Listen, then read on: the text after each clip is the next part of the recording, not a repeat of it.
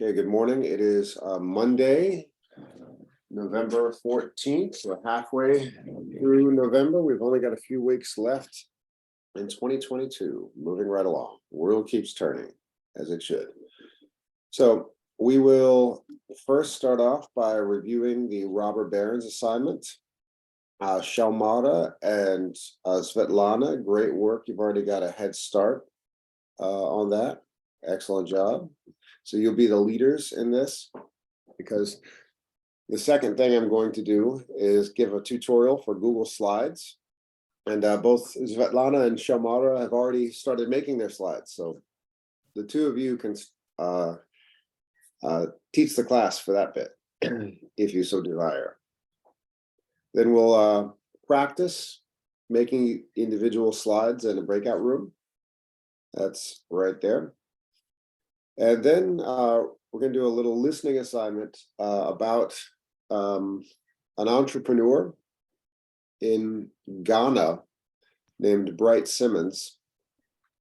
And then we'll take our break. After that, we'll discuss what we learned about Bright Simmons in Ghana. And then we'll have a listening exercise related to the robber barons assignment. We'll break up in groups of 4. That's the plan for the whole day. Any questions? No questions? Let's keep it moving. Okay. So last week, I gave everybody this assignment on Google Classroom. I'll actually go into Google Classroom to show everybody what it looks like.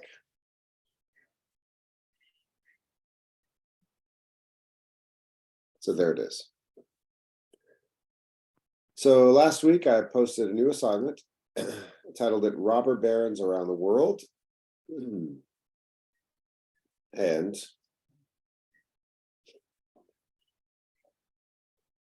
in the assignment, I put a Google Slide document. And what I just did early this morning was I added everybody's name to each slide. So when you open it up, you want to find the slide with your name on it, prepare a 2-minute presentation to give in class, include a photo and some brief information about the person on your slide, 18 to 30 words. And that follows up what we discussed in breakout rooms. So what I wrote right here is, in chapter 2, we learned about the robber barons in US history. And I said, think of who the robber barons are in another country that you've lived in. And Svetlana thought of one and she made a slide. Shalmara is already working on her slide. So a robber baron in another country that you have lived in. So somebody who's similar in ways to the people we've studied in the chapter. Andrew Carnegie, Rockefeller, Morgan, Jay Gould, the others. So somebody who became incredibly wealthy and powerful by means of unfair business practices, hurting people or hurting the environment in various ways. So who would be the robber barons in another country? So when you open it up, the slides, it's accessible to everybody. You want to find your name. So here's Svetlana and Shalmara's slide. Where to find your name? If you notice down here in the notes section, I put every student's name so you know which one's yours. And you start thumbing through it. There's Fatima's, there's Gray, there's Doris, there's a Stefani, there's Anila, there's Olha, Sandra, Natalia, Allison, Jean, Daniel, Magdala, Narcissa, Isabel, Gracie, Yana, Lunique, and so forth. So that's what you want to do. Now, if I'm making a slide, this is when I give a tutorial. If I'm making a brand new Google slide, what is the first thing I should put on here? I could go back to the instructions. Think of who the robber barons are in another country you've lived. Find the slide with your name on it. Prepare a 2-minute presentation to give in class. What to include? Include a photo of the person and some brief information about them on your slide. 18 to 30 words, just a little bit of information. So Shalmara and Svetlana have already given you a model. I'm going to go through the motions of this as a tutorial. Who would like to volunteer? Give me a name of the robber baron in the country that you are thinking of. Anybody. If you volunteer, I'll make your life a whole lot easier because I'll basically do it for you, then erase it, and all you have to do is remember what I did. Teacher, I have a question. Yes. When we search on Google, I don't know who is in my country like that people. So that's what you have to find out. Tycoon, what's the tycoon mean? It's like the tycoon mean like who became wealthy like unfair method? Yeah. Well, no, tycoon doesn't mean unfair. It's let's just say, let's think of words Anila could look for. So we're looking for robber barons. That's a colloquial word specific to US history. But if we're looking for people in Pakistan, what are some synonyms to robber baron? What are some ways that we could identify the traits of a robber baron? Billionaire. Pakistani billionaires. Look at that. I've already got a list. And it looks like a lot of these guys are in the US. So it looks like a lot of these folks have already moved all their money here. Just if I put in the word billionaire, it already says, ooh, hey, Svetlana Olha, check this out. Pakistani billionaire Mohammed Zahor moved to the Ukraine. Interesting. That's an interesting place to move his money. Okay. All right. So right here, Pakistani billionaires 2022. So there you go. Yeah. So people we can add. Your microphone just. Like the robber baron, he just got his money, like the unfair ways. So you tell my me. question is that, yeah. Yeah, this is your job. It's your job to start learning more about your own country. Okay. And this goes for everybody, because a lot of people in the breakout rooms were saying corruption, and you'd say who, where, and they would go government, and then plenty of people couldn't name a single person. They just said corruption, bad, my country, government. And what this exercise is to get everybody to be like we search right now, teacher, the billionaire. We search it. That's a nice place to start. Just because somebody's a billionaire doesn't mean they are a robber baron, that they hurt people to get where they are. That's where you want to figure out. Yes, yeah. So what's another word we might want to throw in there? What's a word? Corrupt or ruthless. What's a word that would distinguish what we're looking for? We can look on, I'm going to ask Shalmara and Svetlana to distinguish their robber barons. Okay, so Svetlana, why did you choose Rinat Akhmetov? Akhmetov. This is most richest people in Ukraine. Oh, and he's invested his money into football clubs. Okay. Yeah. Hmm. So would you say that he is founder and president of System Capital Management? Would you find that this energy company in the Ukraine is similar in ways to what we read about, like people like JP Morgan or Rockefeller? Rockefeller created a monopoly. You couldn't get oil anywhere in America without him getting paid for it. Is this guy a little bit similar to that? Yes. Okay, so there we go. So to help Anila find features of these people, you don't want to just start Googling and say rich people. Oh, he's really, really rich, billions. That's not the same thing. Essentially, if the similarities she's found with Rockefeller or Andrew Carnegie had a similar hold on the steel industry.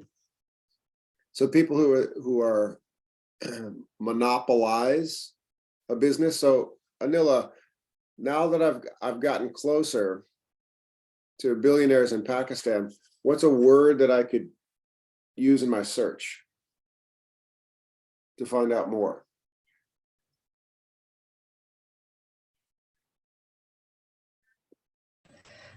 Teacher, we can search corrupted billionaire.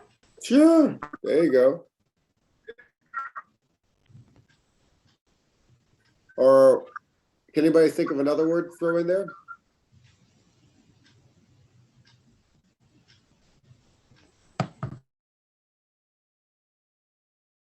Ooh, this is good. Yeah. Ooh, okay. And it looks like this article finds people connected to the military. Very interesting. Oh, wow. Okay, so we got a couple names. There we go. There we go. Former Prime Minister was found in the Pandora, the Pandora Papers. No, I think teacher, it's not about that one. Okay. You show me the the farmer. thing is, you should do this you want to do this on, everybody wants to do this on. Okay, yeah, I will.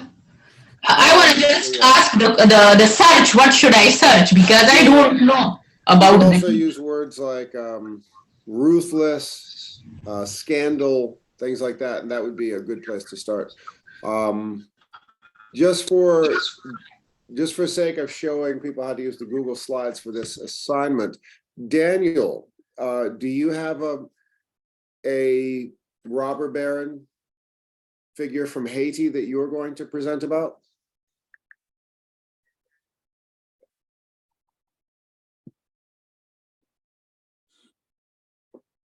Daniel?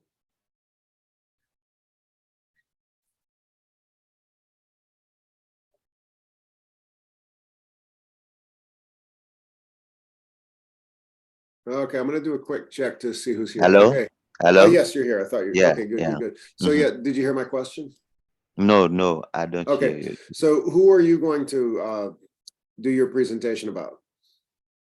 Just give me a name so I can Okay. show everybody how to do it. Let us see. Bijo. Okay, give me the spelling, please. Gilbert Bijo. Okay, how do I spell it? Or you could write it in the chat. Okay, I will watch it for you. All right. So Yeah. Daniel is going to write the name in the chat, and I'm going to show everybody how I would begin to put the information on the slide.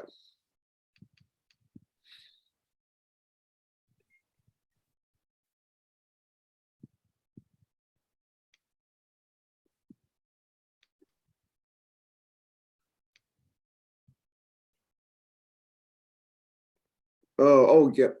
Sorry, I will do Gilbert Bijot, Gilbert in English, Gilbert. Gilbert That makes Bijo. sense. So I put the name right here. All right. Okay. It's only billionaire in Haiti. Yeah. The only billionaire in Haiti. And I bet there's plenty of people that could use that money. All right, so there's a lot on him. Okay. So let's say I want to, oh my goodness, he's just on Facebook. That's funny. So let's say I just want to take this picture right here. You would save the picture if you're on a Chrome, if you are on a PC or Mac, you can do the snip feature, or you can just save the photo. So there we go. That's the first thing I want to do. Then I go to my slide and Sandra's already getting to work. Very good. I will find, so, and if my name is Daniel, I'll find Daniel right here. And then I'll drag and drop. And of course, Daniel, you don't have to use this one, but all right. So, and Daniel, you would title it whatever you want. You could put his name. You could put whatever the. Daniel, give us a little preview of who this guy is. Okay, it's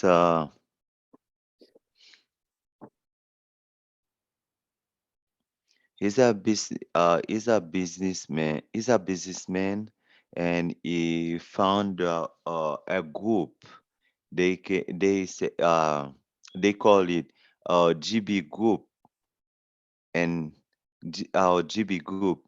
So that man is control all of the, how can I say that, poor in Haiti. He control the the the cargo will enter in Haiti. Ports. Yeah, quotes. Okay, got Yeah. it. All right. Sounds good. So this is a good place to start. All right. Now, Daniel, I'm going Yeah. to, let's see. I want to make sure you can access. Can you, since I added the picture, you can change the picture. It doesn't matter. There's probably a Okay. better one somewhere. Can you access the slide and start writing on this to show everybody how to access the slides? The same way Sandra is doing. Take a look at this. See my hands? Sandra Yeah. is writing on her slide right now. Okay. And we're learning I about don't this think. person in El Salvador. So I would like you to do the same. Access the document and start telling Okay. the story Okay. about Gilbert. I have already the picture in my slide. Oh, where is it? Okay. I will try. You I mean, will yes, try to find it. I just put it there. So yeah, and you'll find your name down there. Okay. I will see. All right. I supposed to go to Google class to write, right? I will, you could, well, I want to make sure everyone can access the slide.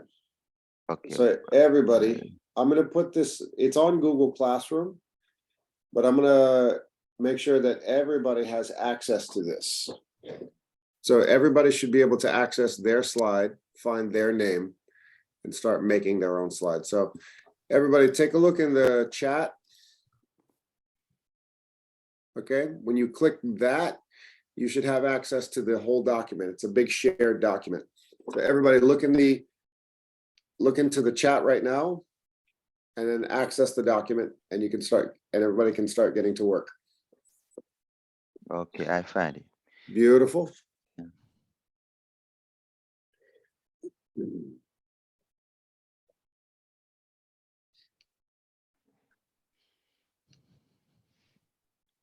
And Svetlana and Shamara, you two will be the leaders because you've already done this very well.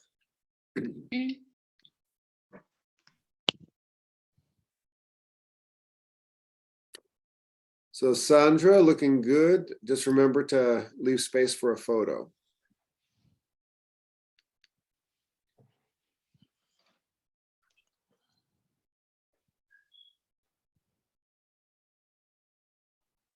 Okay, so everybody, you should access the document right now. And I should see a lot more people here. Looks like there's only 3 using the document right now. There should be the whole class.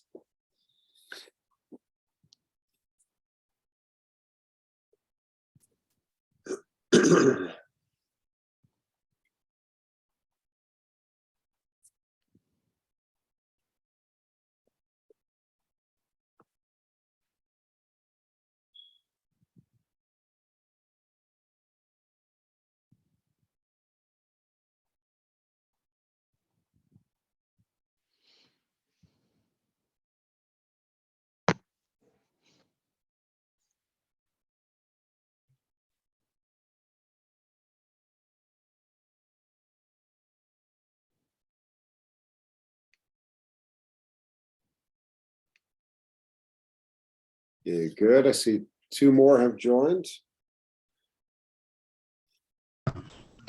Teacher, I cannot find it. Well, it's in 2 places. It is in the chat and it's also on Google Classroom. You remember in the beginning of class, Yeah. But Yeah. I see the homework, but what should when I click on that, so it doesn't. Well, Anila, just go into the chat, the Zoom chat. I put the link. It says the Google Docs link in the Zoom chat. Just click that and you'll be able to access it. Good job, Sandra. You added the picture. Nice.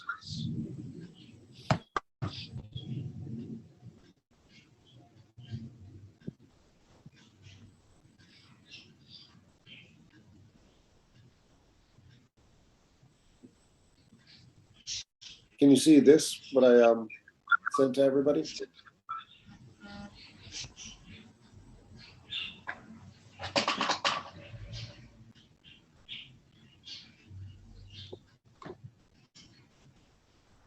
Okay, good. It looks like. All right, I'm going to create I'm going to create 2 breakout rooms, and I want to make sure everyone can access the document and start making their slide. Here we go. Teacher. Yep. I need some time. I have to search it and look Well, Anila, we have all the time in the world. That's what we're going to do today. You're Not alone. okay.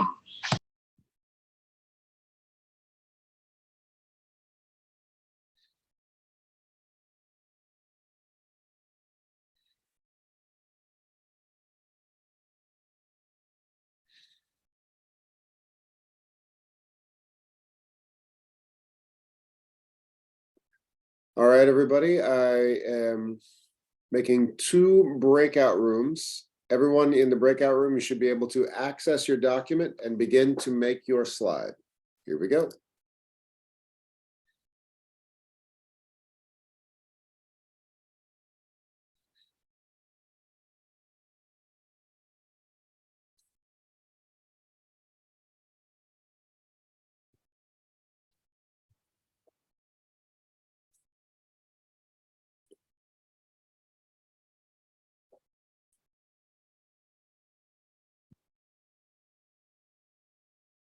To say, but now I want to check after the break.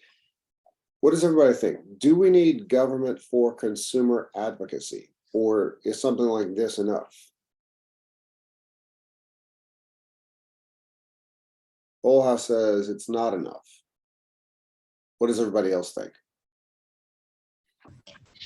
Yes, teacher, it's not enough just to send the message, and we cannot trust who is when they reply us, so we cannot. But right now, I think when we can trust on FDA, because right now, yeah, right now when we are buying something, so we just saw that sign, so I think it's trustful, and we didn't see any. I don't know if maybe there is something happened with somebody to take those kind of drugs like the FDA approved and they got like any accident. What is it that makes us trust one thing and not the other? I think this is the FDA's a big name. They have a lot of the professional people and they have laboratories. They tested everything. Is there a similar agency that would label food or drugs in Pakistan? I think on the drugs we saw those kind of labels, but I didn't notice those. I didn't check it like that. So, but here mostly we saw those sign on the medicines. Let's hear from a few other people. Letitia, how's it going?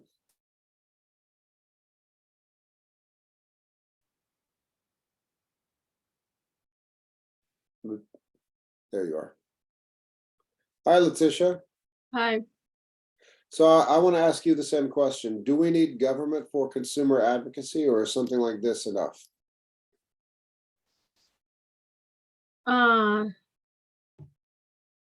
I think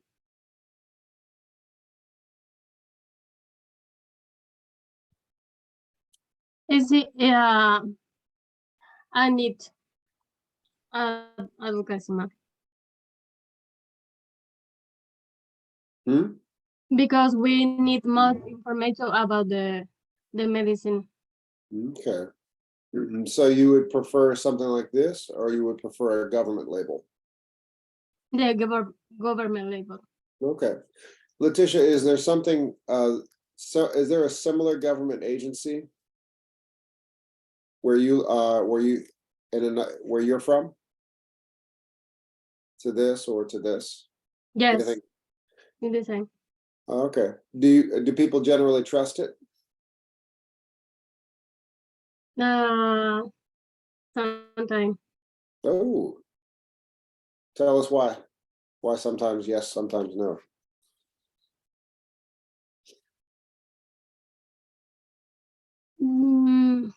I don't know, because the people some people read the instruction or label for government, the people now. I don't know. Well, just remind us where you're from. Huh? Remind us where you're from, please. El Salvador. So there is a similar agency in El Salvador, but you're saying it's not always trusted? No. Tell us more. We're curious. We want to know.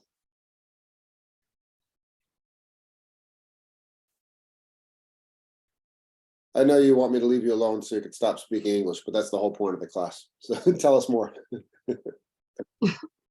I don't know. Okay. This happened because many companies are corruptions. Like hold on, Sandra, you're also from the same place? Yes. Okay, great. And the government is had corruption too, and this is the reason because many people don't trust in this system.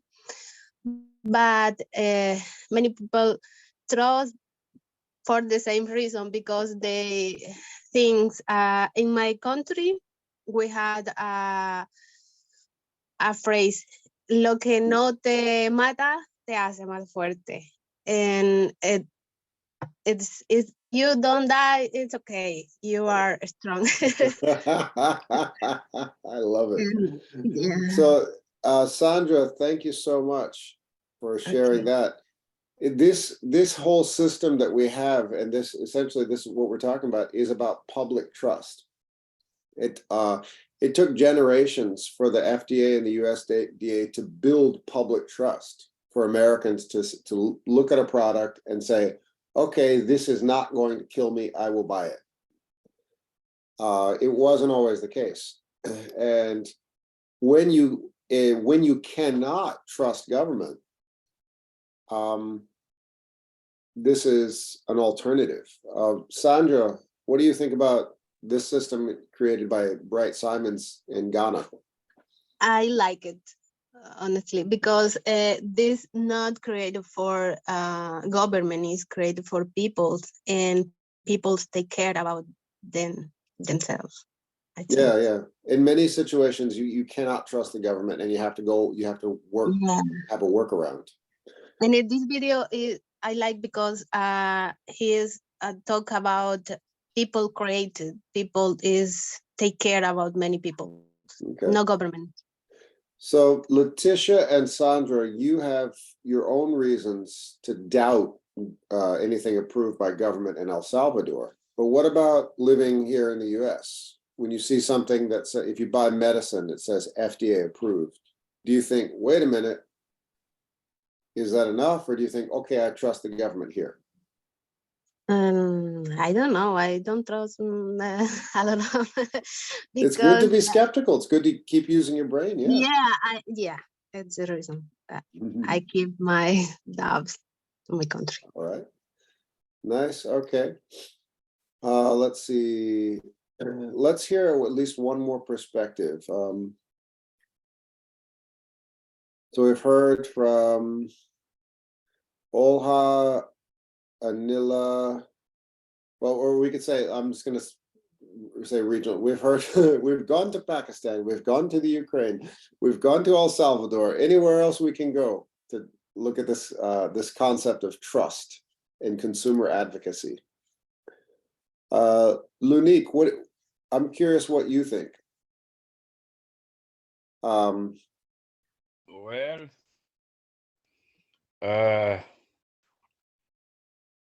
in Haiti, just government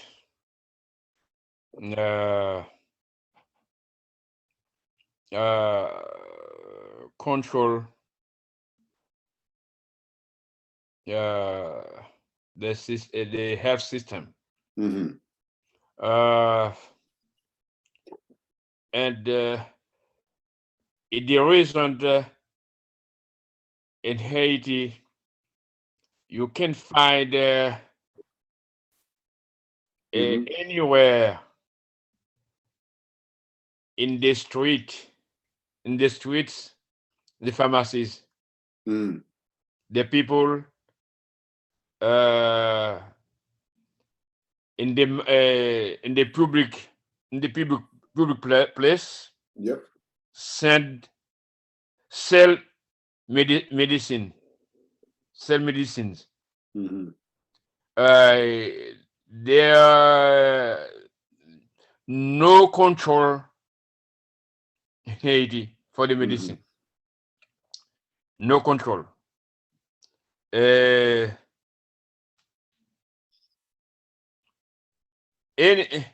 Anyone can open a pharmacy. Wow. Anyone. You can buy any medicine without prescription.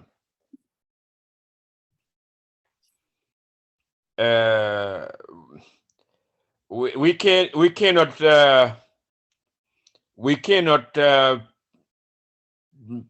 talk about the consumer advocacy in Haiti. We cannot, because the government does control nothing. We don't have any organization for that. So it seems like a system like this might be very helpful in Haiti. Yep. Thank you so much.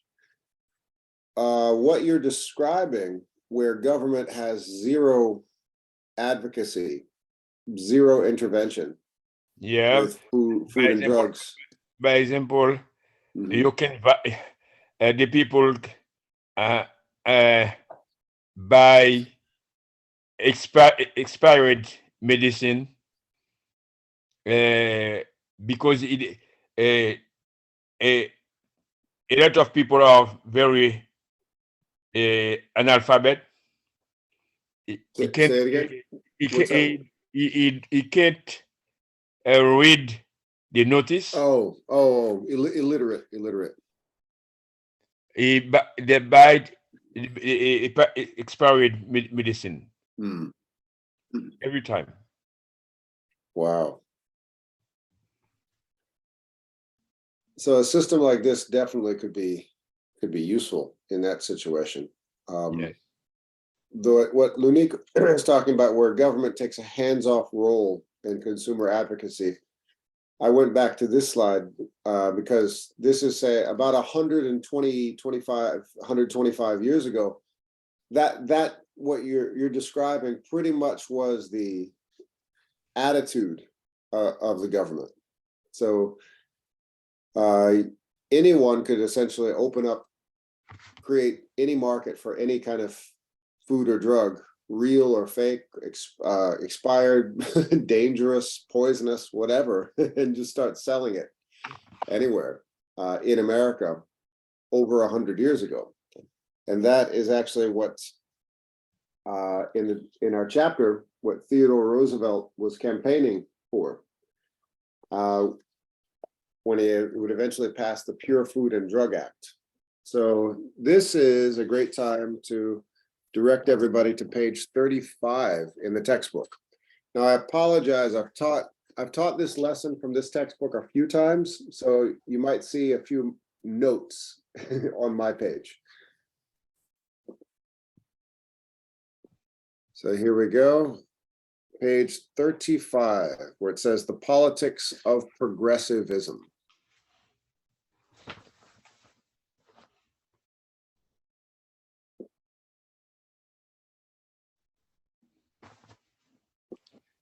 All right. So as you can see, a few notes I've made when I've taught this lesson before, but they're still useful.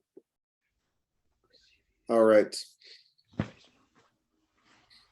So when America was changing and government started to play more of a role in our daily lives, this is one thing that people were talking about. This is an essay. It's by Eric Foner from Give Me Liberty in American History.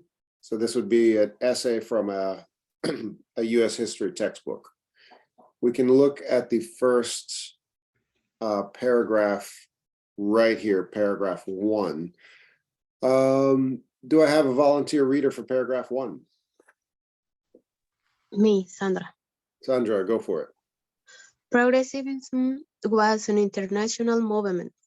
In the early 20th century, cities throughout the world experiences similar social strains arising from rapid industrializations and urban growth.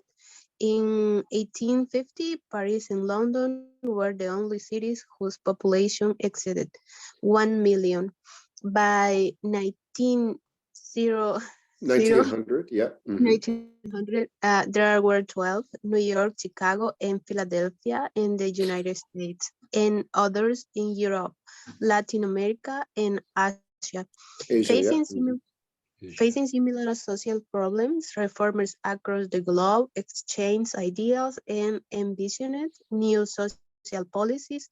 Sun Yat-sen, the Chinese leader, was influenced by the writings of Henry George and Edward Bellamy. The mayor of Osaka, Japan, called for a new social economy that replaced competition with cooperation. All right, very good. So around the world, cities were getting bigger. Governments in different places were facing similar concerns. So let's go to paragraph number 2. Who would like to read this one?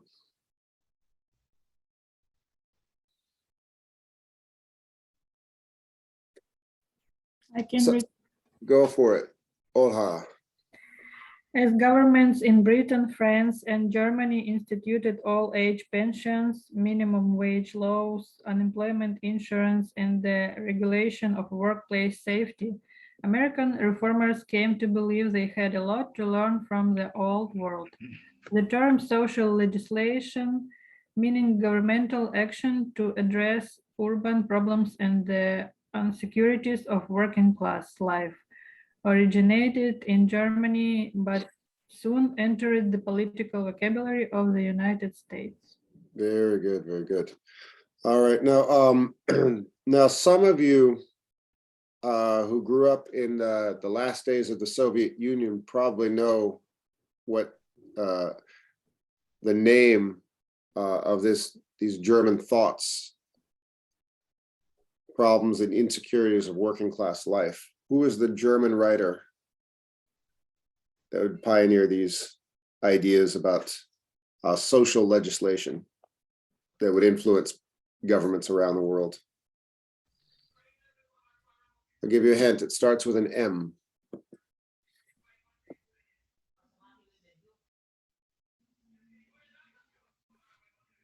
M. M-A-R-X.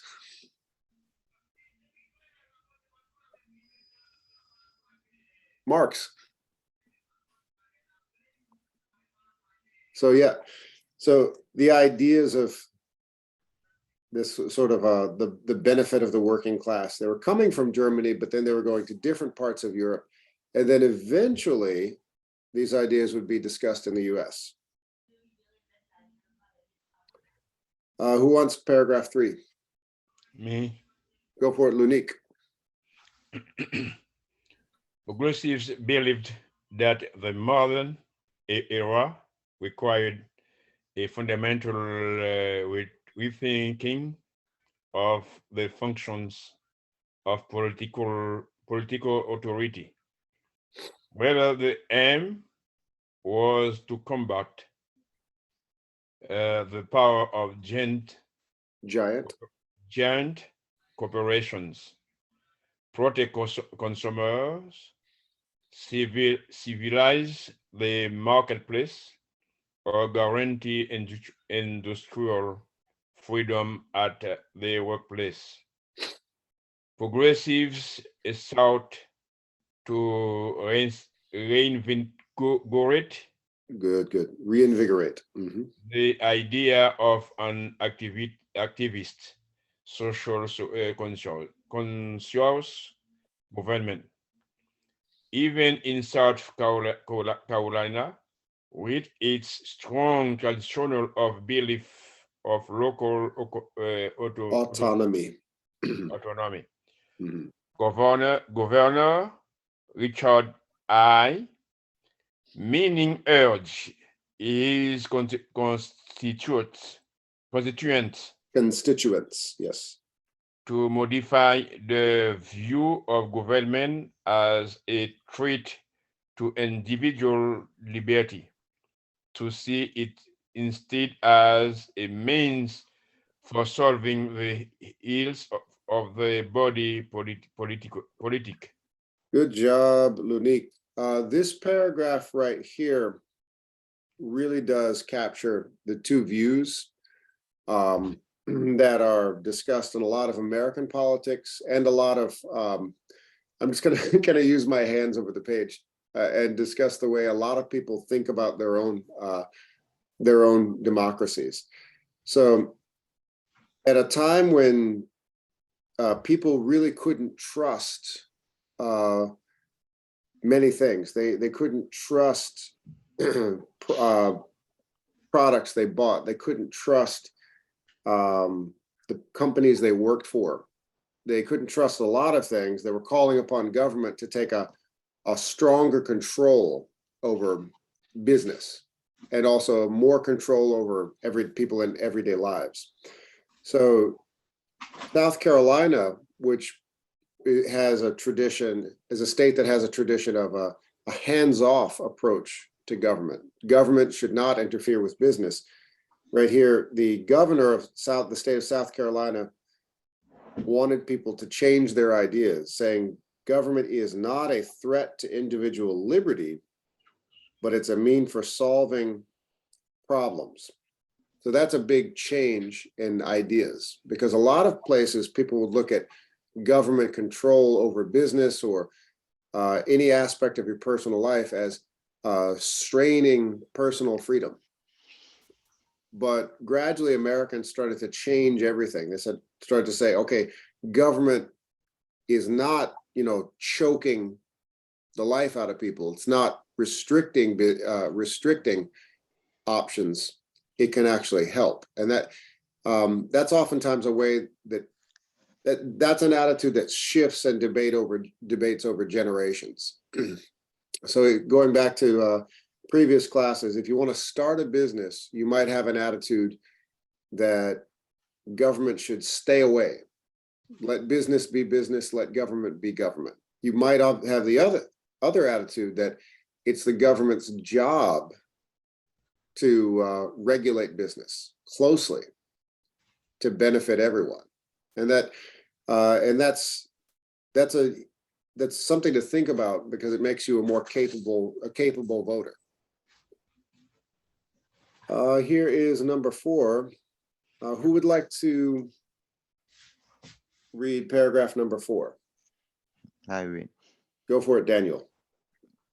Progressive school reject the traditional assumption the powerful government posed a threat to freedom, because their understanding and freedom was itself in flu, effective freedom. Oh, I'm sorry. Influx. Influx freedom, what the philosophy John Dewey was far different from the high formal and limited concept of liberty as protection from our self restraint. Freedom was a positive, not a negative concept. The power to do specific things. Freedom what they wills. Brian Young Admirer. admire the writer Randolph Brown means democracy cooperation in the determining the ideas and purpose and industrial and social institution of a country. Very good, very good, very good. All right, so this is how American ideas were really, really changing by 1900. And the next page, I think we'll leave this for next week before we go into another chapter. We have a few main ideas. I'll save this for next time. Wednesday, I'd like everybody to present their robber baron and work on that. So Wednesday morning, I'd love everybody to have their slide ready and present the individual, their robber baron from the history of another country they have lived in. So that should be fun. Okay, teacher, Yes. what I'm just come to write about Gilbert Badger is already saved on the Google class. Yes, that's one of the great things about Google Docs is that it saves automatically. Okay, thank you. It's not like a PowerPoint where you have to save it on your computer. Okay. It saves it in your Google Drive. It's a bit of a relief if you work on it and you think, oh, I didn't save it. It just saves it for you. So one of the reasons I like to work with Google Docs. So I'm going to share my screen and we're going to go back to share my screen, go back to that assignment. So here's the assignment. Please be ready on Wednesday morning to share the story about the robber baron from another country you've lived in. We'll learn a lot. We'll have some fun. Right now, I'm going to introduce, I'm going to introduce a discussion about a great big company that everybody knows well. And hold on a second.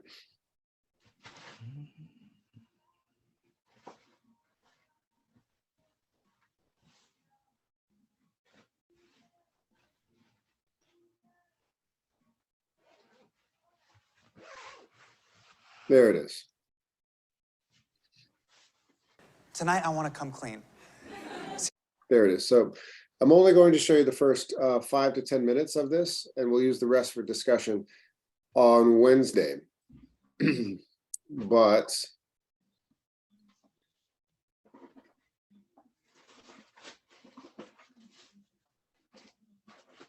I like to use this performance by Hassan Minhaj to discuss Amazon. Many of your classmates at other levels of work at Amazon warehouses, and many of you may have a Prime membership. It's a great case study when you're looking at robber barons. So he talks about how Amazon, the company, became the great big company that it is today and how powerful it is.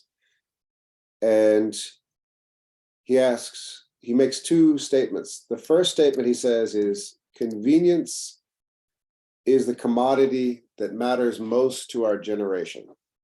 The second statement he makes is, well, the second statement is actually more complicated. And I think I might have to wait till next class to go into it, but I'll introduce it today. What did Amazon take away from employees after raising the minimum wage?